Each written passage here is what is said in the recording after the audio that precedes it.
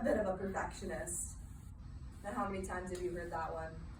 Over drinks maybe, with friends, or perhaps with family at Thanksgiving. It's everyone's favorite flaw.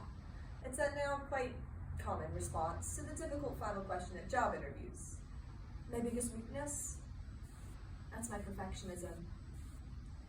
You see, for something that supposedly holds us back, it's quite remarkable how many of us are quite happy to hold our hands up and say we're perfectionists.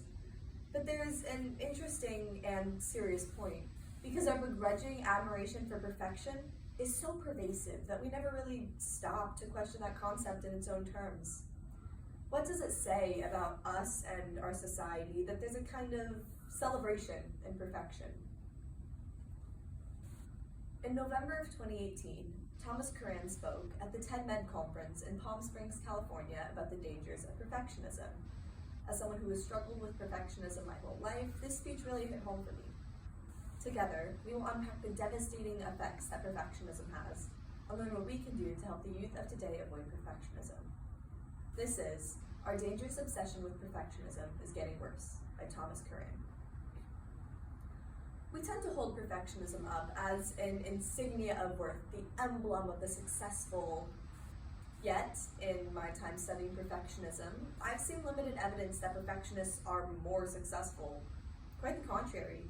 They feel discontented and dissatisfied amid a lingering sense that they're never quite perfect enough.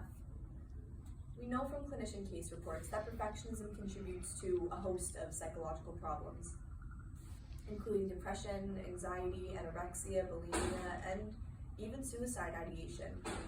And what's more worrying is that over the past 25 years, we've seen perfectionism rise at an alarming rate. At the same time, we have seen more mental illness among young people than ever before. Rates of suicide in the US alone have increased by 25% across the last 2 decades. And we're beginning to see similar trends emerge across Canada and the United Kingdom. Research is suggesting that perfectionism is rising as society is changing. And a changed society reflects a changed sense of personal identity. And with it, differences in the way in which young people interact with each other and the world around them. And there's some unique characteristics about our preeminent market-based society that include things like unrestricted choice and personal freedoms that we feel are contributing to almost epidemic levels of this problem. If one side of the modern landscape that we have so lavishly furnished for young people is this idea that there's a perfectible life and a perfectible lifestyle, then the other is surely work. Nothing is out of reach for those who want it badly enough, or so we're told. This is the idea at the heart of the American dream. Opportunity, meritocracy, the self-made person, hard work, the notion that hard work always pays off, and, above all, the idea that we are captains of our own destiny. These ideas, they connect our wealth, our status, and our image with our innate personal value. But it is, of course, complete fiction. Because even if there were equality of opportunity, the idea that we are captains of our own destiny disguises a much darker reality for young people, that they are subject to an almost ongoing economic tribunal. Grades, metrics, league tables have emerged as the yardsticks for which merit can be quantified and used to sort young people into schools, classes, and colleges. Education is the first arena where this measurement is so publicly played out, and where metrics are being used as a tool to improve standards and performance. And it starts young. Young people in America's big city high schools take some 112 mandatory standardized tests between pre-kindergarten and the end of 12th grade. No wonder young people report a strong need to strive, perform, and achieve at the center of modern life. They've been conditioned to define themselves under the strict and narrow terms of grades, percentiles, and league tables. This is a society that preys on their insecurities. Insecurities about how they are performing and how they are appearing to other people. This is a society that amplifies their imperfections. Every flaw, every unforeseen setback increases the need to perform more perfectly the next time. Or else, bluntly, you're a failure. That feeling of being flawed and deficient is especially pervasive. Just talk to young people. How should I look? How should I behave? I should look like this model. I should have as many followers as that Instagram influencer. I must do better in school. Now, we've known for decades and decades that perfectionism contributes to a host of psychological problems, but there was never a good way to measure it. That was until the late 1980s when two Canadians, Paul Hewitt and Gordon Flett, came along and developed a self-report measure for perfectionism. So you can measure this, and it essentially captures three core aspects of perfectionism. The first is self-oriented perfectionism, the irrational desire to be perfect. I strive to be as perfect as I can be. The second is socially prescribed perfectionism, the sense that the social environment is excessively demanding. I feel that others are too demanding of me. And the third is other-oriented perfectionism, the imposition of unrealistic standards on other people.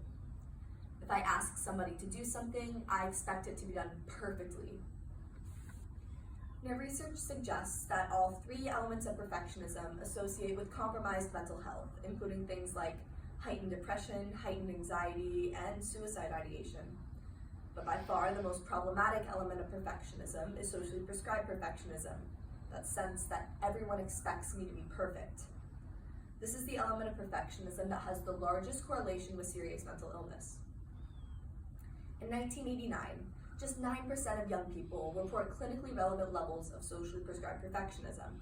These are levels we might typically see in clinical populations.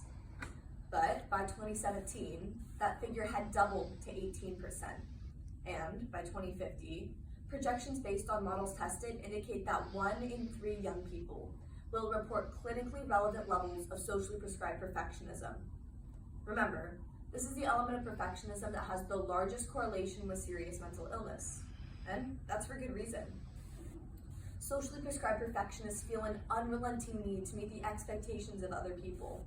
And even if they do meet yesterday's expectation of perfection, they then raise the bar on themselves, because these folks believe that the better they do, the better they're expected to do. This breeds a profound sense of helplessness, and worse, hopelessness. But is there hope? Of course there's hope. Perfectionists can and should hold on to certain things. They're typically bright, ambitious, hardworking, conscientious, and yes, treatment is complex. But a little bit of self-compassion, going easy on ourselves when things don't go our way, can turn those traits into greater personal peace and success. And then there's what we can do as caregivers. Perfectionism develops in our formative years, so young people are more vulnerable. Parents can help their kids by supporting them unconditionally when they've tried but failed. And mom and dad can resist that understandable urge in today's highly competitive society to helicopter parent, as a lot of anxiety is communicated when parents take their kids' successes and failures on as their own. But ultimately, research raises important questions about how we are structuring society, and whether our society's heavy emphasis on competition, evaluation, and testing is benefiting young people. It's become commonplace for public figures to say that young people just need a little more resilience in the face of these new and unprecedented pressures. But I believe that is just washing our hands of the core issue, because we have a shared responsibility to create a society in which young people need less perfection in the first place. Let's not kid ourselves. Creating that kind of world is an enormous challenge. And for a generation of young people that live their lives under the 24/7 spotlight of grades, metrics, and social media, perfectionism is inevitable so long as they lack any purpose in life greater than how they are appearing and how they are performing to other people. And so we're left with a question.